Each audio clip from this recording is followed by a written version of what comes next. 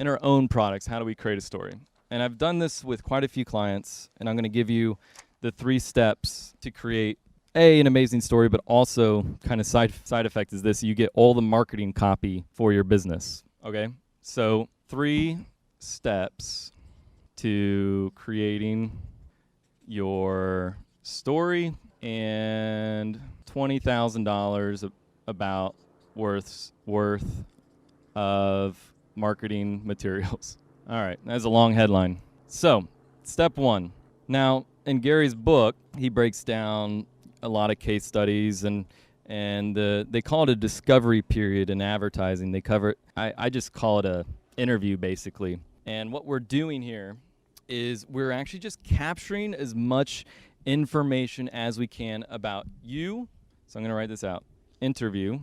And we're going to interview based on 3 main things. You as the business owner or the person who is running the business, the company or the business, right? This applies to nonprofits as well, any kind of business. You, the company, and then the product.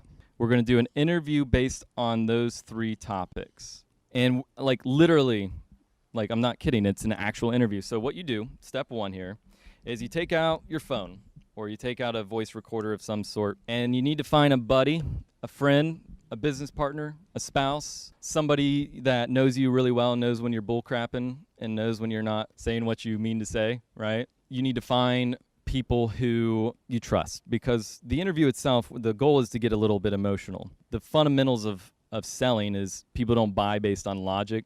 They consider things based on logic, but they buy based on emotion. So we still give them the logical pieces of why they should buy, but they're not going to make a decision to buy until it feels emotionally right.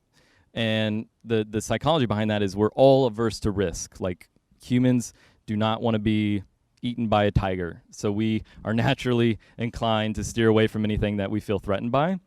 So we have to keep that in mind. Our initial emotion to anything being offered to us is no, but go on. So the emotion here is used to engage our audience, to create a connection and influence them to buy.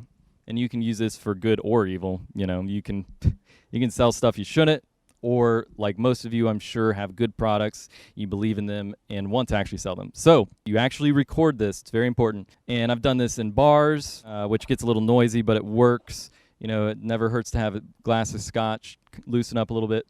But you're going to have the person interview you because you know most about the product, right? You know most about the company and you know the most about yourself. So they're going to interview you and ask you some basic questions about each one of these. And just give them a general framework, by the way. You don't have to give them a list of questions to ask. It's just the goal here is to get behind one single word, which is why, right? We need to answer why about a lot of things here.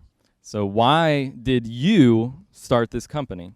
Well, I was working a day job at 7-Eleven and decided I was tired of the schedule, tired of the grind, tired of minimum wage, and I decided I'm going to figure out how to start a business that really delivers value to people. You know, that may be your answer, right? Okay, why did you do that? Or why did you decide that it was important for you to create a product that gave value to people? These are very leading questions, by the way. But you may say, well, you know, I spent my life growing up and it seemed like everybody was trying to take from me. And I wanted to take the time to actually start giving back. And if I can make a living doing that, then I can spend all my time giving back to the world. All right, so that might be your why here, right? Now, the company, they might start asking questions. So you can ask them to have follow-up questions, because the goal here is to get to kind of an emotional point, an emotional story, because what we're going to do is pull out of this interview pieces for your marketing, okay? Now, the last part here, the product. Let's say that you had a skincare company. I'll use an example from an actual client. We did this interview process, by the way, on Skype. I interviewed him, recorded the whole thing. And we started talking about his product, his skincare product. Beautiful website. The copy was actually really well done. Like, everything was great. But I just wasn't feeling it yet. He was telling me about all the ingredients, how great they were, the features, right? So I asked him, well, why this product? Why skincare? What's so exciting about it to you? Because, you know, the numbers, sure, they look great. It's a big industry. But is there anything else that drove you to this industry? And he actually, he paused for a minute. And he's like, well, I'll be honest, and, you know, we don't have to use this in the marketing, but this is the truth. Like, I lost my sister to melanoma, to skin cancer. And, you know, I decided that I was going to start spreading awareness because she was young, and it's something that she came out of the blue. And he's like, I'm going to spread awareness, and the best way I can do that and support myself, which is, those can go hand in hand. You can do really good things and support yourself. You know, you don't have to have a business that just sells widgets. You can have a reason behind it. You don't have to. It does make it a little more, I guess, easy to create content like this. You can always find a good why around anything. So he told me that story, and he went on and on about it, about where that influence came from.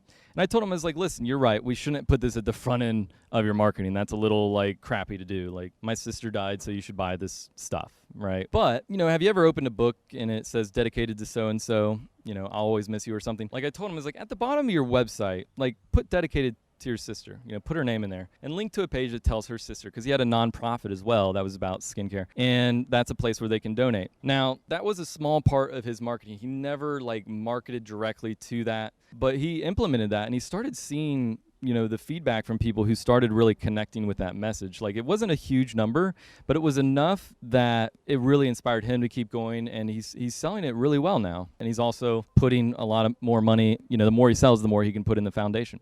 So anyways, the process here, we ask these why questions about you, the company, the product. We record this interview, right? We actually like physically record it.